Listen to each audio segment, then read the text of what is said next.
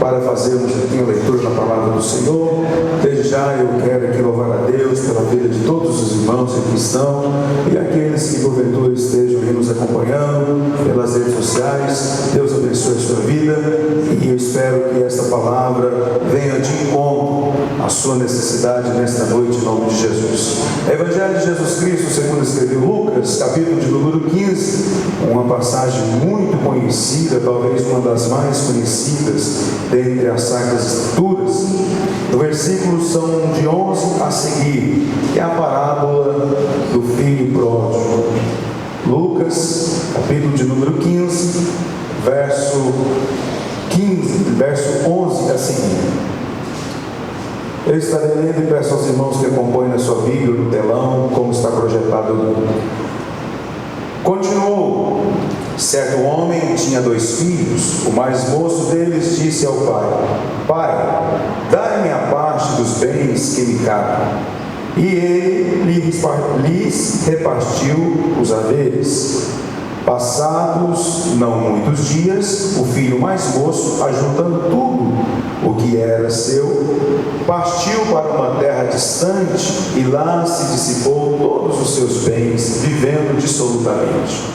Depois de ter consumido tudo, sobreveio àquele país uma grande fome e ele começou a passar necessidade. Então ele foi e se agregou a um dos cidadãos daquela terra, e este mandou para os seus campos aguardar os porcos. Ali desejava ele fartar-se das alfarrobas que os porcos comiam, mas ninguém lhe dava nada.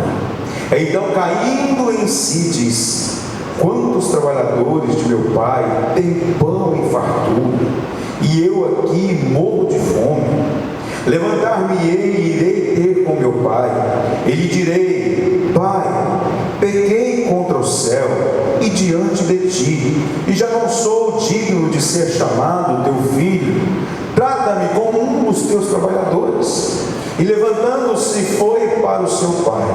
Vinha ele ainda longe quando seu pai o avistou, e compadecido dele, correndo, o abraçou e o beijou. E o filho disse: Pai, pequei contra o céu e diante de ti, já não sou digno de ser chamado teu filho. O pai, porém, disse aos seus servos: trazei-lhe depressa a melhor roupa, vestiu, ponde-lhe um anel no dedo e sandálias nos pés. Trazei também e matai um novilho cevado, comamos e nos alegremos, porque este meu filho estava morto e reviveu, estava perdido e foi achado. E começaram a regozijar-se. Ora, o filho mais velho estivera no campo, e quando voltara, ao aproximar-se da casa, ouviu a música e as danças. Chamou um dos criados e perguntou-lhe o que era aquilo. E ele informou: veio teu irmão, e o teu pai mandou matar um novilho cevado, porque o recuperou com saúde. Ele se indignou e não queria entrar. Saindo, porém, o pai procurava conciliá-lo. Mas ele respondeu a seu pai, verso 29: há tantos anos que te sirvo, sem jamais transgredir uma ordem tua, e nunca me deste um cabrito sequer, para alegrar-me com os meus amigos. Vindo, porém, este teu filho,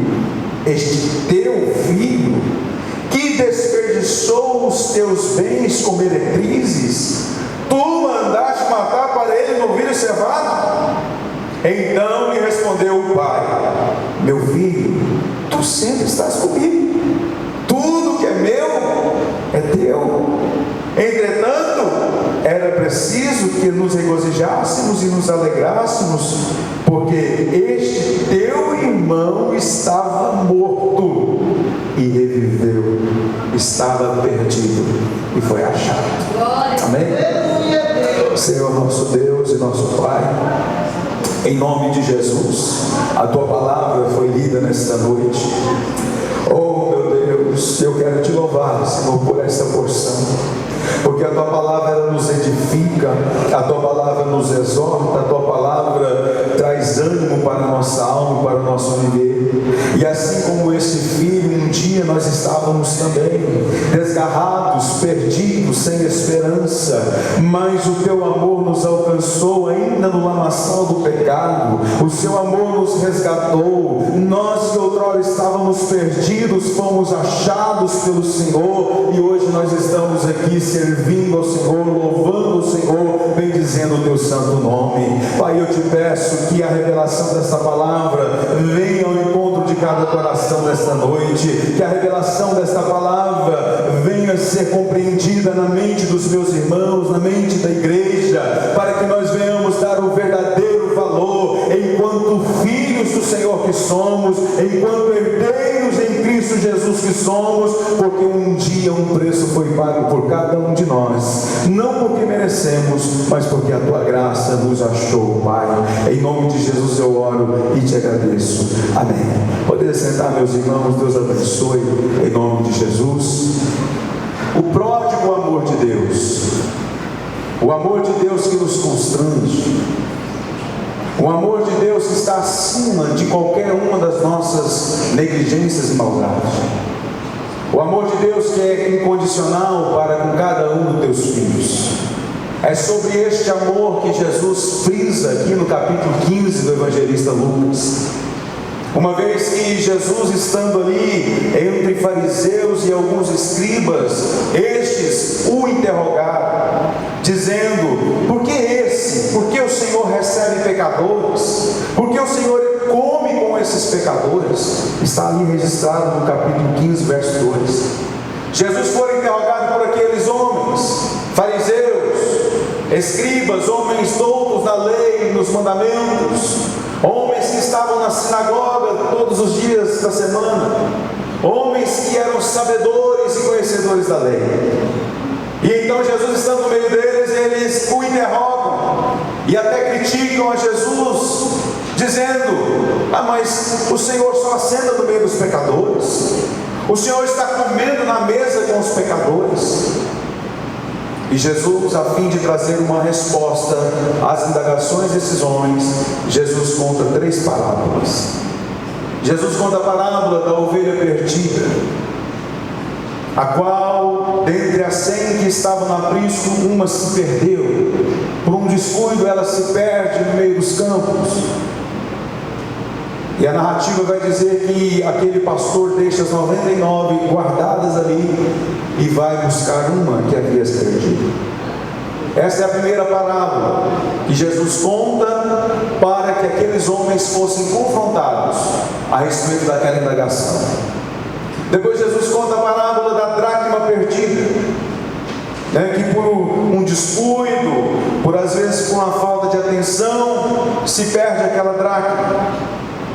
E é necessário que algo seja feito para que aquela dracma novamente pudesse ser encontrada. A casa precisou ser varrida, o tapete precisou ser arredado, os móveis precisaram ser mudados de lugar para que aquela dracma fosse encontrada.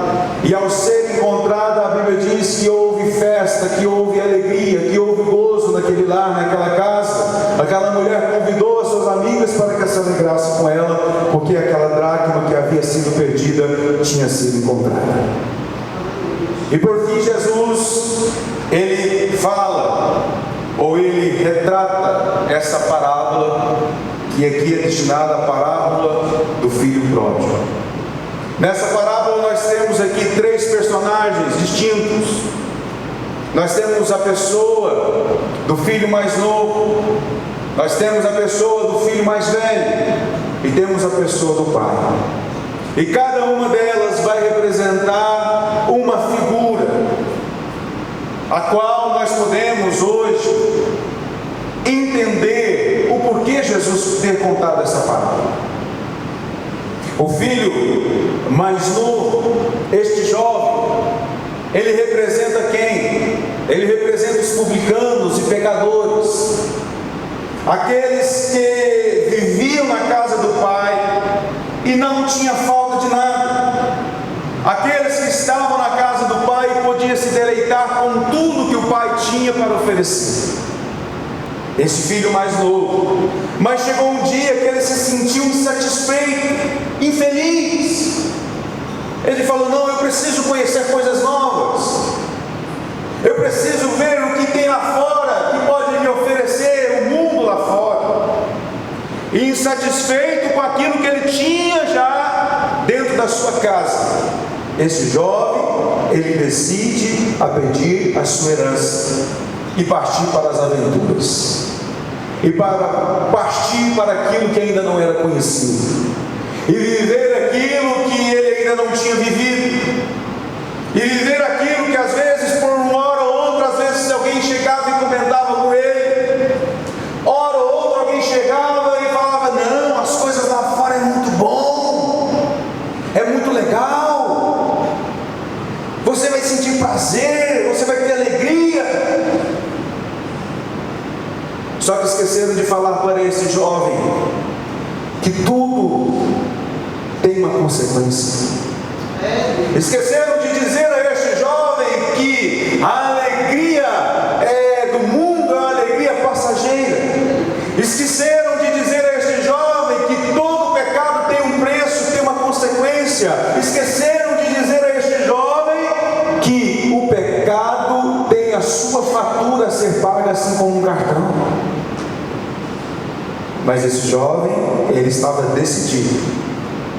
Foi para um país distante, um mundo atraente, o mundo do prazer imediato, um mundo onde o dinheiro podia comprar muitas coisas, um mundo onde a felicidade aparente estava ao alcance das suas mãos. E aqui eu abro um parênteses, ou um parênteses, né? Não parente, é um parênteses. O pecado não é ruim. Se fosse ruim, não tinha tantos homens e mulheres pecando. O pecado, ele nos atrai. O pecado, ele nos oferece coisas que aos nossos olhos brilham.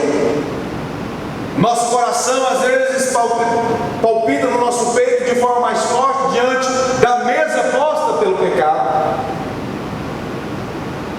Mas eu já disse aqui, o pecado, ele vai te levar mais longe do que você pode ir. Ele vai te segurar por mais tempo do que você poderia ficar. E ele vai te cobrar mais caro do que você poderia pagar. Esse é o pecado. Aquilo que separa o homem de Deus, aquilo que traz separação, aquilo que divide, que arrebenta com a nossa comunhão com Deus, o pecado. E isso, irmãos, infelizmente, tem sido plantado no coração de muitos, esse desejo de conhecer o novo, esse desejo de conhecer as coisas, esse desejo de partir por caminhos ainda não percorridos. Isso é perigoso. Cuidado com o pecado, cuidado com aquilo que o inimigo está colocando à sua frente, cuidado com a mesa.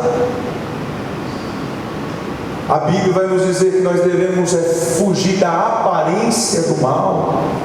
Se aos nossos olhos é aparente, se parece ser mal, fuja, passe de largo. E esse jovem, ele foi enganado pelas coisas deste mundo, como muitas pessoas têm sido enganadas com as coisas deste mundo, com os prazeres momentâneos, têm perdido a sua salvação por coisas efêmeras. Mas a palavra de Deus nos permite dizer que Deus continua com seus braços abertos, esperando aqueles que estão ainda nos dias de hoje perdidos. Os braços de Deus estão abertos, esperando o filho que ainda está lá perdido. Esse jovem representa os publicanos e pecadores que ainda não reconheceram, que não podem mais viver, que não tem possibilidade nenhuma de viver sem Jesus na sua vida. Quando chegou ao fundo do poço, a Bíblia diz que ele, caindo em si, deu um estalo. Opa, o que eu estou fazendo aqui? Que vida vida é essa que eu estou vivendo? Que caminhos são esses que eu estou percorrendo? Que pratos são esses que eu estou me alimentando? Não, na casa do meu Pai tem alimento de sobra, na casa do meu Pai tem fartura, na casa do meu Pai tem banquete, na casa do meu Pai tem sustento, na casa do meu Pai tem vestes, na casa do meu Pai tem sandálias, na casa do meu Pai tem anel de honra, e eu estou aqui mendigando neste mundo. Oh, aleluia! Amados irmãos, o melhor lugar para se estar é na casa do Pai, o melhor lugar para se estar é na casa de Deus, porque aqui você não tem falta de nada. Como assim, pastor, não tem falta de nada? Não, você pode viver dias difíceis, você pode viver dias onde o frio vem, mas o papai tem cobertor para cada um de nós. Você pode viver no dia em que a fome pode tentar bater na sua mesa, mas o papai tem um banquete preparado para cada um de nós. Na casa de Deus. Este jovem, insatisfeito, desviou-se, saiu da casa de Deus. E se eu posso aqui usar, quebrou a cara lá fora. Quebrou a cara lá fora. Esborrachou. Mas o nosso Deus continuava e continua com os braços abertos para receber o filho que estava perdido, mas foi achado. Louvado seja o nome do Senhor Jesus, graças a Deus. E para sua surpresa descobriu que o pai esperava com mais intensidade do que ele desejava voltar. Olha que maravilha, olha que coisa gloriosa é isso aqui. Ele dizia: não, eu vou chegar no meu pai, irmã Wanda, eu falo: pai, deixa eu ser como um trabalhador do Senhor, deixa eu ser como um funcionário do Senhor. Ei, meu irmão, quem é filho não deixa de ser filho. Aleluia. Você pode andar por onde você andar, você pode comer o que você comer, mas você continua sendo filho, e o pai continua com os braços abertos. Não, que trabalhador, que servo, que nada, você é filho. E a Bíblia diz, Daniel, que não foi o filho que veio correndo, o pai que foi correndo ao encontro do filho, porque o pai tem pressa em resgatar aquele que está perdido. O pai tem pressa em salvar aquele que está mergulhado no lamaçal do pecado. A parte de Deus já está feita, basta que aquele que entende, que reconhece que não pode mais viver sem o Senhor, faça a sua parte, porque os braços de Deus estão abertos para receber. Mas aí nós vemos aqui o segundo personagem dessa história. Qual o segundo personagem dessa história? É o filho mais velho. O filho mais velho, ele vai representar quem? Os escribas e os fariseus, os doutos na lei, aqueles que nunca saíram da igreja, aqueles que foram criados dentro da igreja, aqueles que foram gerados no evangelho e sempre estiveram na casa do Senhor, porém movidos por uma religiosidade, movidos por uma lei, movidos pela conduta de achar que em si mesmo ele é alguma coisa.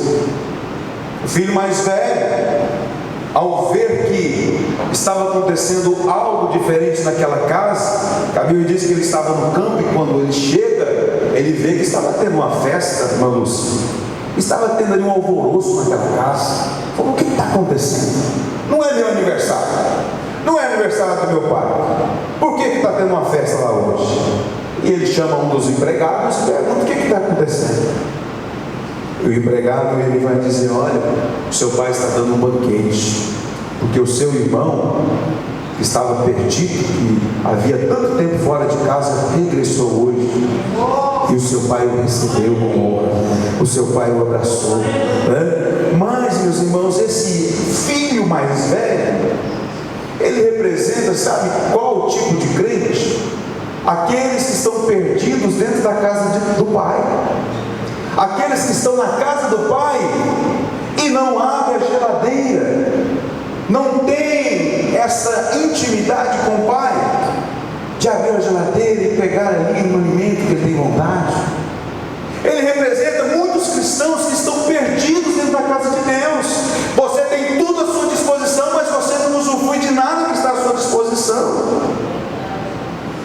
Quantos e quantos irmãos estão sofrendo dentro da casa do Pai porque não sabem pedir, não sabem usufruir, não conseguem enxergar o que Deus está oferecendo para cada um deles. Ei, meu irmão, minha oração nessa noite é que Deus possa abrir os nossos olhos espirituais e mostrar para cada um de vós que a porta dos céus está aberta. Peça, receba no nome de Jesus o melhor de Deus sobre a tua vida. Deus tem o melhor para cada um de nós. Deus tem o melhor para os seus filhos. E você está comendo migalha, e você está correndo por caminhos cheios de buraco. Não, meu irmão, aproveite, você está na casa do Pai. E na casa do Pai há abundância, na casa do Pai há gozo, na casa do Pai há alegria, na casa do Pai há música boa, há banquete, há comida boa. É na casa do Pai. Este filho mais velho, ele representa os escribas e os fariseus porque tinha um ato condenatório. Porque, irmão, quais são os 2 primeiros mandamentos? Amarás o Senhor teu Deus acima de todas as coisas e o teu próximo como a ti mesmo. E como esse filho mais velho se refere ao seu irmão que estava perdido? Ele fala: aquele teu filho. Vira para o pai e diz: aquele teu filho que fez o que fez, gastou o seu dinheiro na orgia, foi para o mundo, caiu, bebeu, fez tanta coisa errada, e o Senhor abraça ele dessa forma. Veja que faltava o que no coração daquele homem? Amor. Primeiro, ele não amava o pai, porque se ele amasse o pai, ele estaria o que? Honrando ao pai e sendo fiel naquela decisão do pai. Não amava o irmão porque ele diz o que? Aquele teu filho. Ele nem falou o meu irmão que estava fora, falou que teu filho, aquele camarada lá, como se ele fosse qualquer um. Então, a falta de amor aqui expressa na vida deste homem.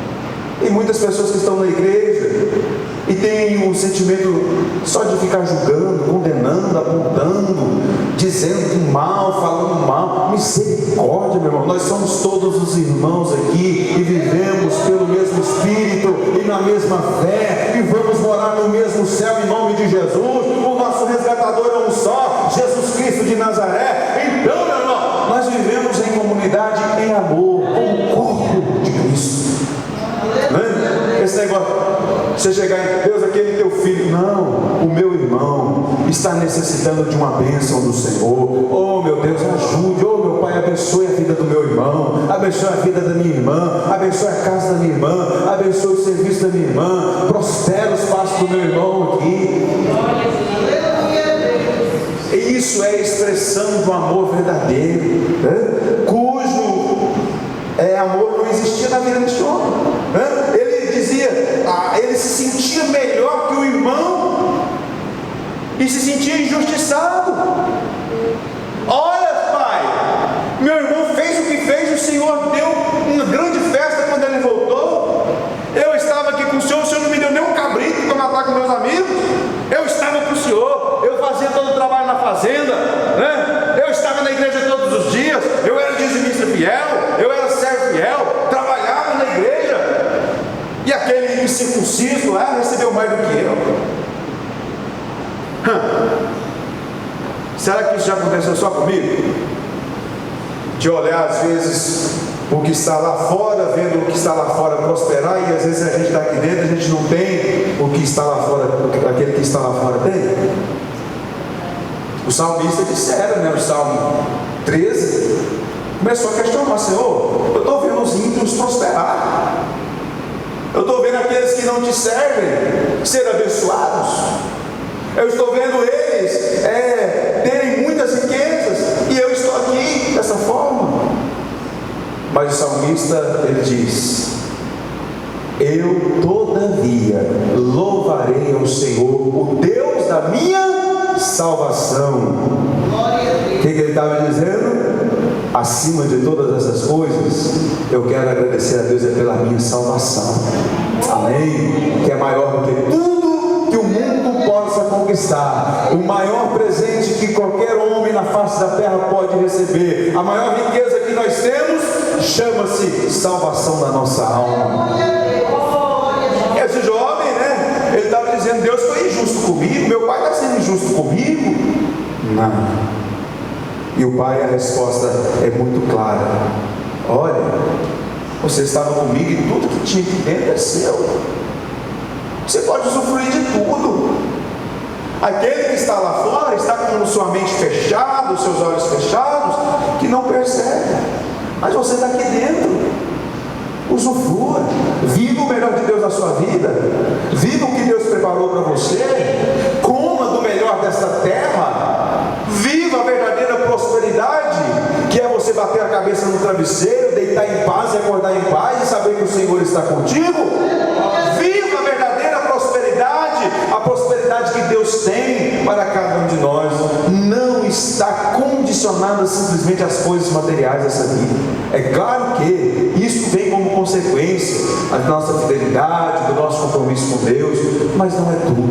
A verdadeira prosperidade é a paz que nós temos em Deus e saber que Deus está no controle de todas as coisas. Isso sim é prosperidade. Louvado seja Deus, né? Então, meus irmãos, esse jovem ele retrata muito claro os fariseus e os escribas, né? Que condenavam Jesus porque ele sentava na mesa com os pecadores.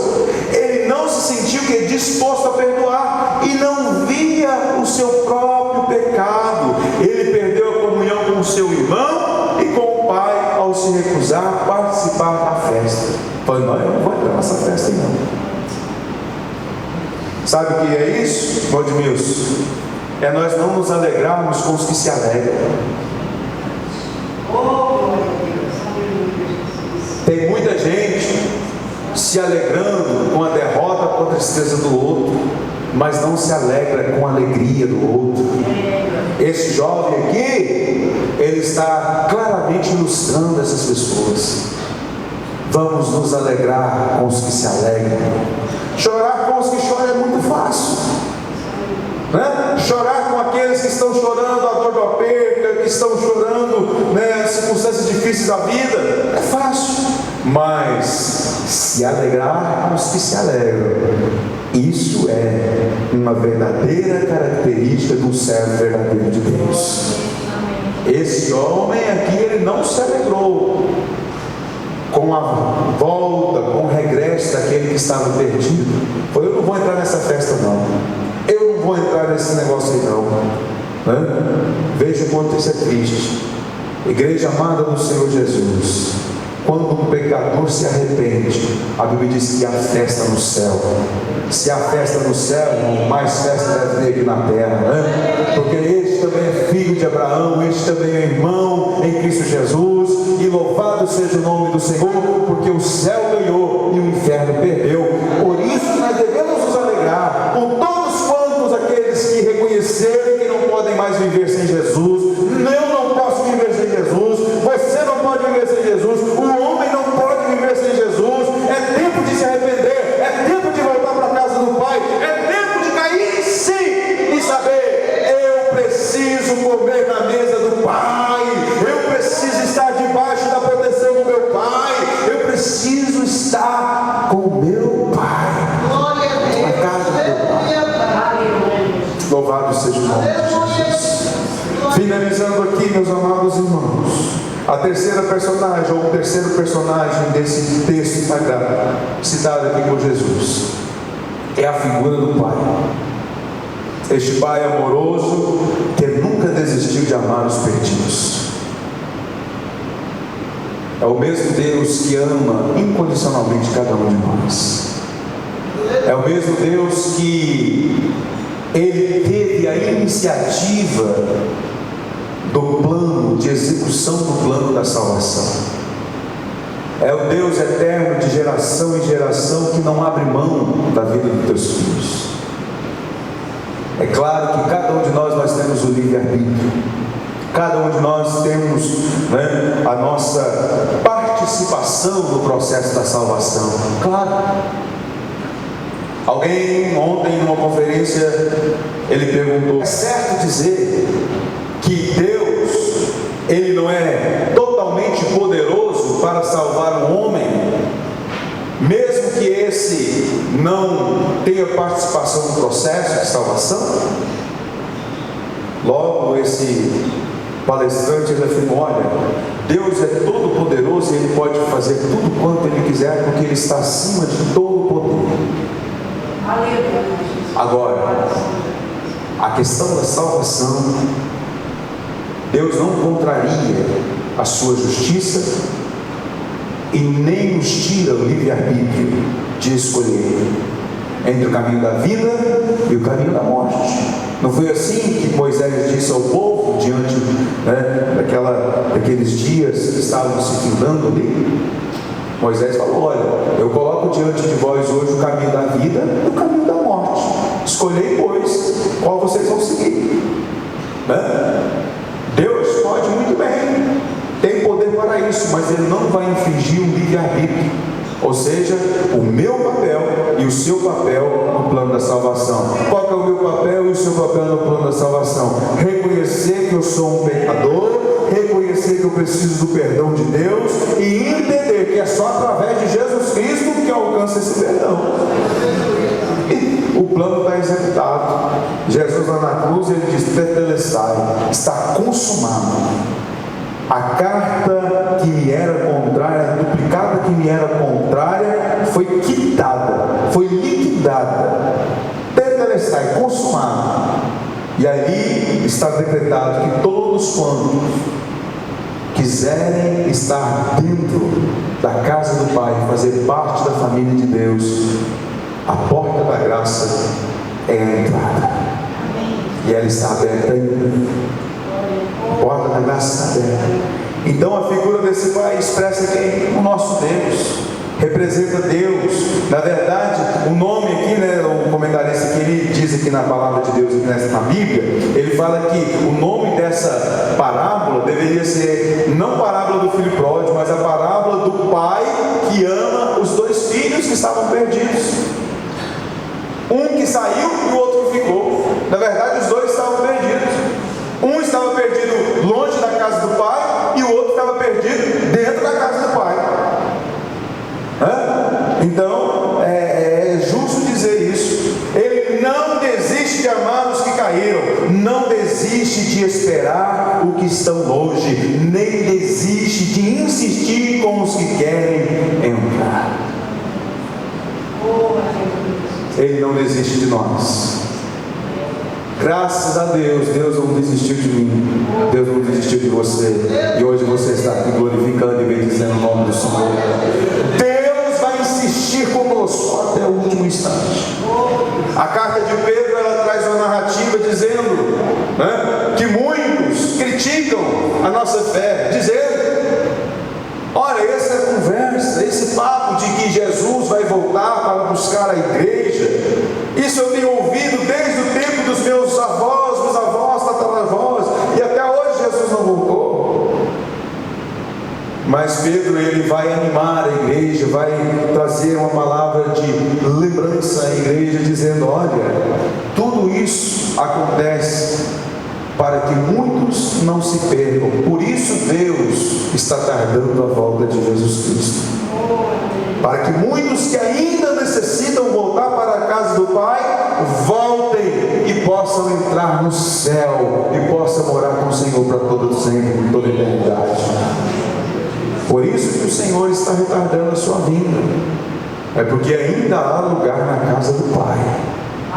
Ainda existem aqueles que precisam regressar, existem aqueles que precisam cair em si, existem aqueles que ainda estão longe, mas Deus os trará dos quatro cantos, os que estão no norte, sul, oeste, no leste, todos serão trazidos, e o nome do Senhor será glorificado.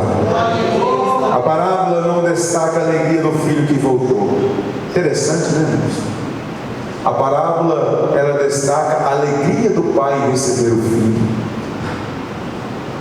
Sabe o que você está promovendo aqui nesta noite, meu irmão? Quando você dá um glória, quando você louva a Deus, você está promovendo alegria diante de Deus. Deus se alegra quando os seus filhos o reconhecem, quando os seus filhos o adoram. Deus se alegra quando aqueles que estão perdidos voltam para a casa do Senhor. A alegria estampada no rosto desse pai, que eu posso imaginar aquele pai, diante das colinas ali, correndo para abraçar o filho, com alegria no seu rosto, com o coração palpitante e se alegrando, lembrando de quando o seu filho estava na sua casa, e agora ele vai ter essa oportunidade de abraçar aquele filho que por tanto tempo ficou distante da casa. É a mesma alegria provocada em Deus hoje, quando um filho que estava perdido é achado, quando um filho que estava longe retrocede e volta à casa de Deus. Deus nos ama, Deus nos quer na sua casa, e como um bom pai, Ele quer seus filhos assentados à mesa. Vamos ficar de pé em nome de Jesus. Ainda tem lugar na casa do Pai, ainda tem lugar na mesa, ainda existem cadeiras à mesa que estão vazias, esperando cada um daqueles que estão afastados da casa do Pai.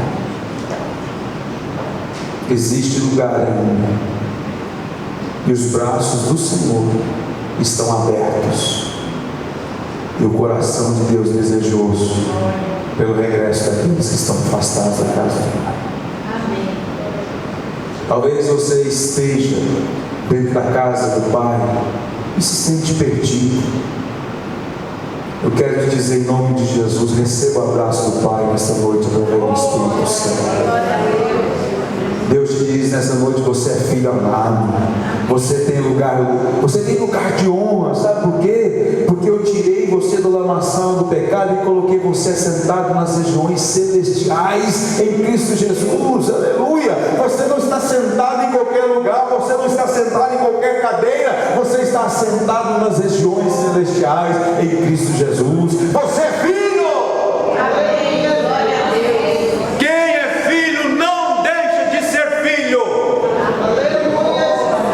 Pai sempre será o Pai que nos ama e que nos quer bem. Louvado seja Deus. Eu quero orar por você nessa noite, orar por aqueles que estão aí acompanhando essa mensagem.